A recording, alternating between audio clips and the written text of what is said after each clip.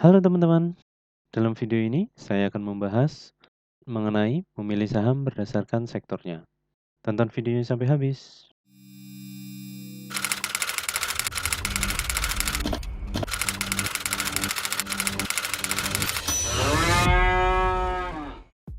Pertama, kita akan melihat grafik dari IHSG. Jumat kemarin sudah sempat menyentuh all time high-nya, yaitu di harga 6899.41 dan close di positif. Ini sudah breakout dari harga tertinggi dalam beberapa hari yang lalu di sekitar sini. Ada indikasi ini bahwa akan naik lagi, tetapi volumenya belum mendukung. Jadi buat teman-teman semua hati-hati. Tetapi asing di sini sudah mulai akumulasi. Kita lihat siapa penggerak IHSG dilihat dari sektornya. Saya sudah mempunyai sebuah grafik yang saya coding sendiri. Komposit ada di sini sudah mulai bangkit dari penurunannya. Sumbu X adalah momentum dan sumbu Y-nya adalah trennya. Kemudian kita lihat di sini yang positif dan kita lihat hanya sektor-sektor yang ada di sisi sebelah sini yang mengindikasikan bahwa trennya juga positif dan momentumnya positif. Di sini sudah saya list. Oke. Cyclical ini sudah mulai positif. Kemudian finance, infrastruktur sudah ada di positif. Properti walaupun momentumnya negatif, tetapi dia sudah breakout dari awal-awal tren positifnya. Kemudian industri di sini dan sisanya saya rasa kurang menarik untuk dicermati. Misalkan di sini basic industri walaupun ada di posisi negatif, ada di posisi positif, tetapi arahnya sudah mulai menurun untuk trennya. Kemudian tekno kurang menarik di sini, apalagi untuk industri kesehatan kurang menarik. Energi walaupun di sini masih turun, tetapi saya rasa ada beberapa saham yang masih menarik. Dan basic juga saya rasa ada saham-saham yang masih menarik. Perlu dicermati, tetapi saya rasa cukup fokus ke terlalu banyak sebenarnya 5 sektor ini, tapi kita lihat ya grafiknya. Oke, di sini cyclical menarik, diikuti dengan volume yang naik. Cyclical masih oke. Kemudian finance, kita cross check lagi ke grafiknya. Di sini ada resistennya. Kita keep dulu. Untuk infrastruktur sangat menarik, apalagi ini sudah tembus kumunya. Properti baru break up Tenkan-sen ke Kijun-sen, saya rasa menarik sekali. Baru bangun nih dari tren penurunannya. Industri ini masih sideways sebetulnya, jadi saya rasa industri boleh dihilangkan dulu. Dan finance saya akan fokus ke 3 sektor ini. Saya klik infrastruktur dan properti. Selanjutnya kita akan mencari saham-saham dari 3 sektor tersebut. Cyclical, sektor cyclical. Ini dia. Kalau saya akan tertarik pada MNC, Auto, dan Era. Kita coba Era untuk pertama. Di sini masih sangat menarik. Kemudian dilihat dari Fibonacci-nya, kita lihat. Di sini ada resisten kuat. Harapannya sih bisa naik ya. dan iya, tapi bisa dilihat di sini volumenya kurang mendukung untuk price-nya. Di sini sudah ada akumulasi, walaupun ada distribusi besar-besaran di sini untuk asingnya. Frekuensi analisernya juga bagus. Buy on breakout menurut saya di sini. Untuk target terdekatnya ada di 620, kemudian bisa 680 dengan cut loss kalau lewat dari moving average 20-nya ini. Untuk sekarang 548, atau kalau mau mudahnya 560 sebagai support, saya rasa bisa 560.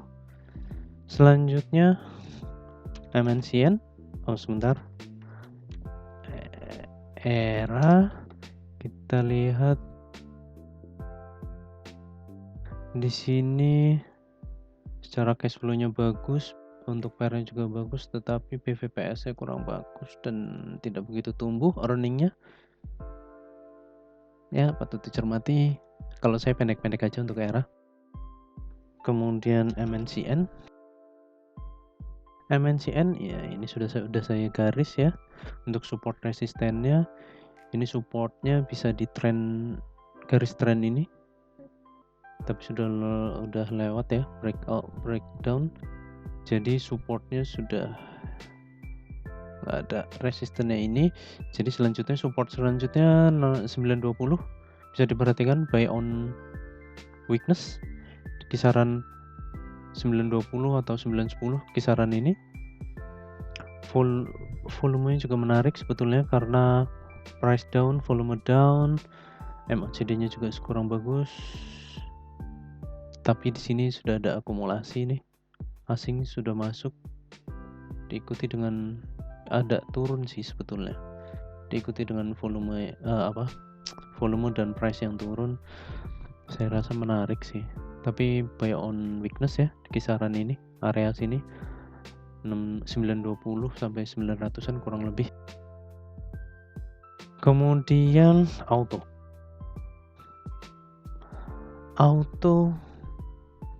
nggak begitu menarik kalau buat saya.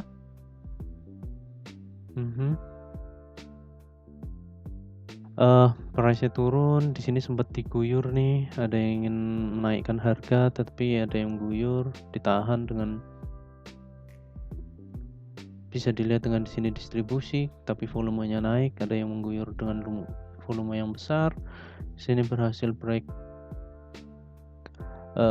up moving average 20-nya, tetapi di sini masih distribusi. Jadi saya sih belum dulu, tetapi kalau mau nyoba bisa di area ini, buy on weakness di area sini 1000 sampai 1050. Kalau lewat dari 1000 tuh, di bawah 1000 lebih baik cut loss.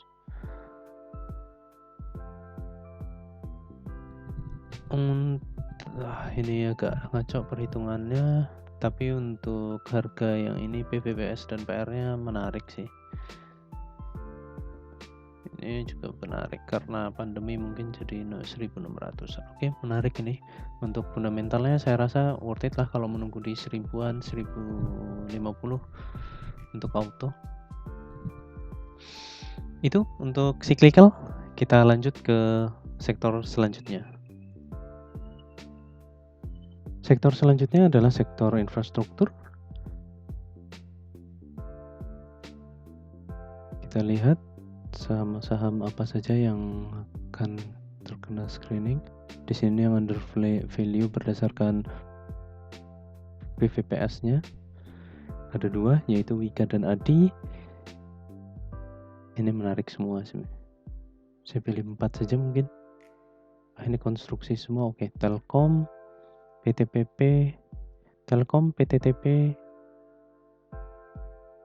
Wika, ADI. TLKM, wow, TLKM menarik, trennya memang sedang uptrend, Kemudian targetnya, kita bicara targetnya,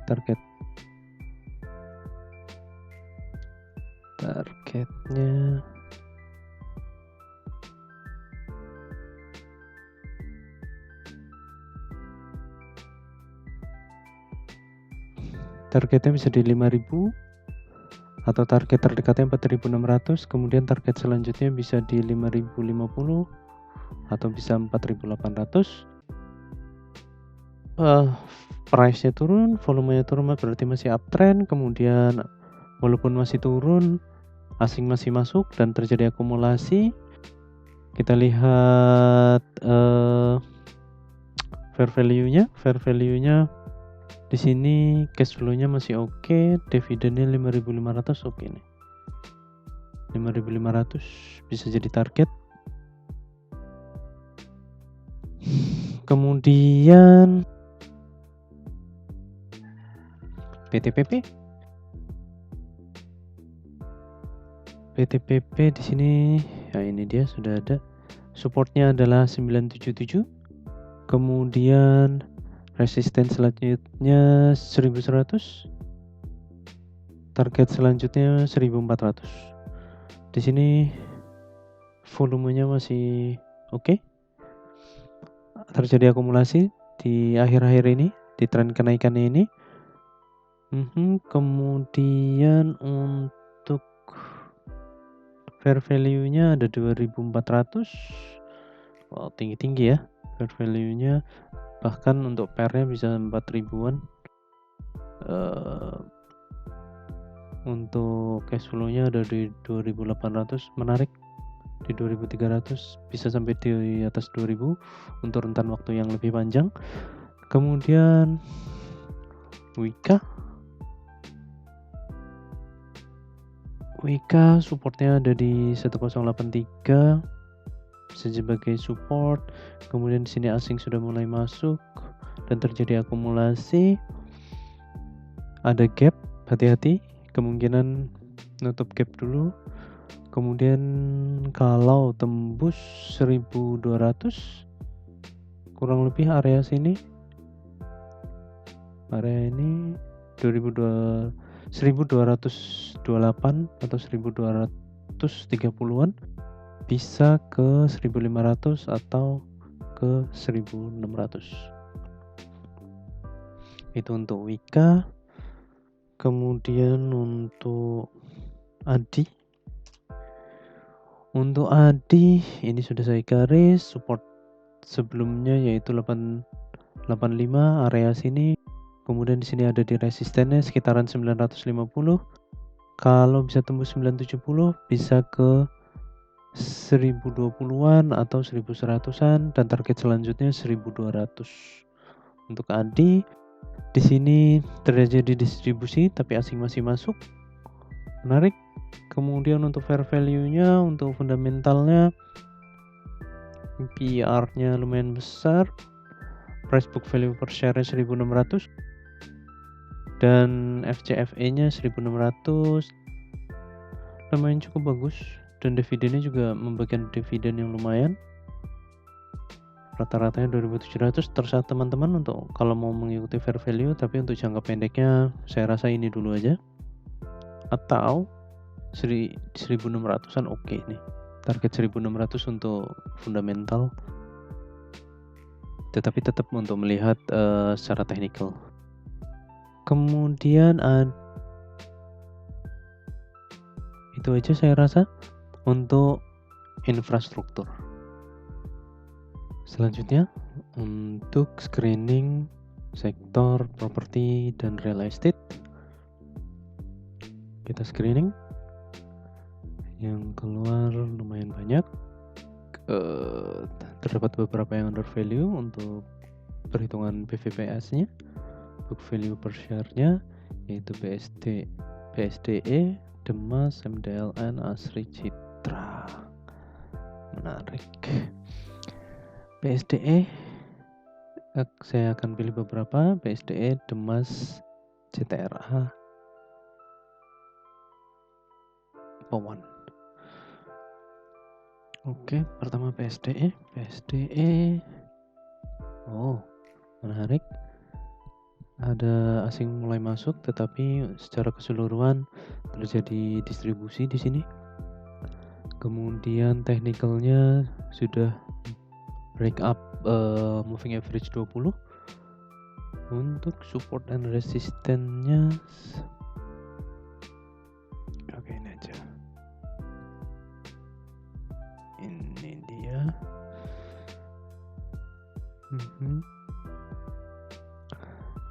Ini resistennya area sini. Jadi buy on breakout kalau break up harga 1000 layak untuk diakumulasi. Kemudian dengan support 942 di sini untuk volumenya belum cukup kuat untuk naik. Kita tunggu apakah bisa break harga 1000. Dengan di sini sudah ada asing sudah mulai masuk. Kita lihat nanti, tapi ini kemudian target selanjutnya 1100, kemudian 1200. Untuk fundamentalnya cukup bagus, bisa 1700-an, 1400 sampai 1700-an. Oke, selanjutnya untuk Demas.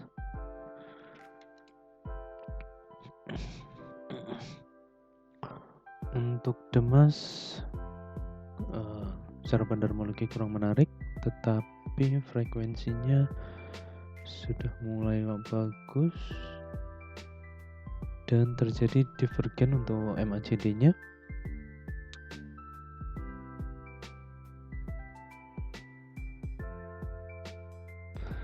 Sama dengan yang tadi, saya rasa ini buy on breakout kalau lebih dari 205 layak untuk dibeli dengan supportnya bisa di 190-an. Biasanya kalau MACD-nya divergen seperti ini lumayan kenaikannya. Kemudian secara fair value-nya dividennya lumayan bagus ternyata. Kemudian secara cash flow-nya juga bagus, menarik. Bisa di 300-an, 300 sampai 500. Untuk dividen di sini 5 tahun bisa sampai 500. Kemudian CTRA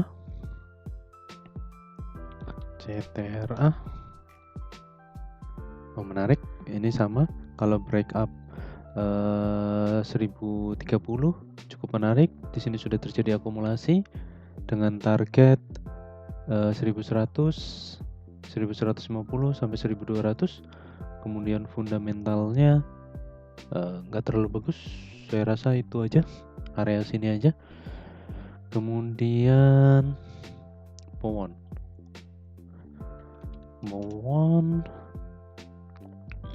baru saja break up dengan akumulasi asing, sudah mulai akumulasi banyak, sangat menarik.